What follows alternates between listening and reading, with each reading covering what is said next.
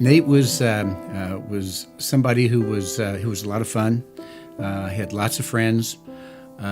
He could walk into a room and everybody would like him. He had a great sense of humor, got to be funnier as he got older.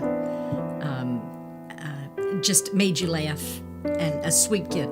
He grew up here at White Oak Christian Church, went to school in the Northwest School District and Coleraine High School and Hanover College. He married Rachel, and they had been married 5 years when he died. He loved toys, and he was, when Nate died, he was 28 years old, but still loved toys, was still making things out of Legos. And he loved to read. Yeah. He was a voracious reader. He would read anything. It was October 16th, 2005, and he was with his wife's family.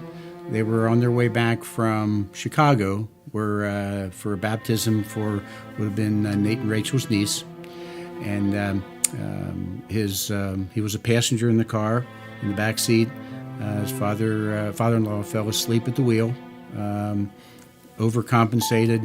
The car rolled, and he was partially ejected and died at the scene. Even though he was wearing his seatbelt with the rollover, and he was pronounced dead at the scene. I was happened to be at the office, and even though it was on a Sunday afternoon, and Pam called me and says, "You need to come home." And I came home, and she had told me that the Indiana police had called. The State Highway Patrol had called. We called a friend who called many other friends from church, and we were surrounded that evening yet by the most wonderful church family you can imagine.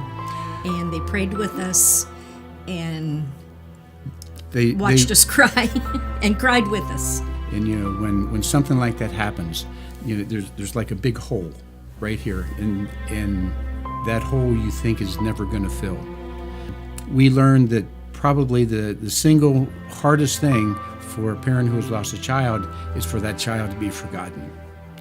And so we looked for ways, trying to think of ways so that wouldn't happen. Nate was gone, but we didn't want his memory to be gone. So we had really good friends who that next year suggested that we do a toy collection in his memory. Some people were doing golf outings and 5K runs in memory of loved ones who they'd lost. And the toy collection hit the nail on the head. We just sent letters to friends and acquaintances and relatives and said, we're going to do this in memory of Nate. We're going to collect toys and give them to families that are served by our local food pantry. And so they brought us toys and dropped off toys, and we made arrangements with Sun Ministry. And from there, we started getting phone calls from people who had heard about this and wanted to know how they could contribute as well. Coming up will be our 13th year for Nate's Toy Box. There's some help in knowing that out of that came something that other people have benefited from. And hopefully those people, like when we have a chance to pray with them, when we have a chance to interact with them, that we somehow bring them closer to Christ. We serve a God who is faithful, and that gets us through.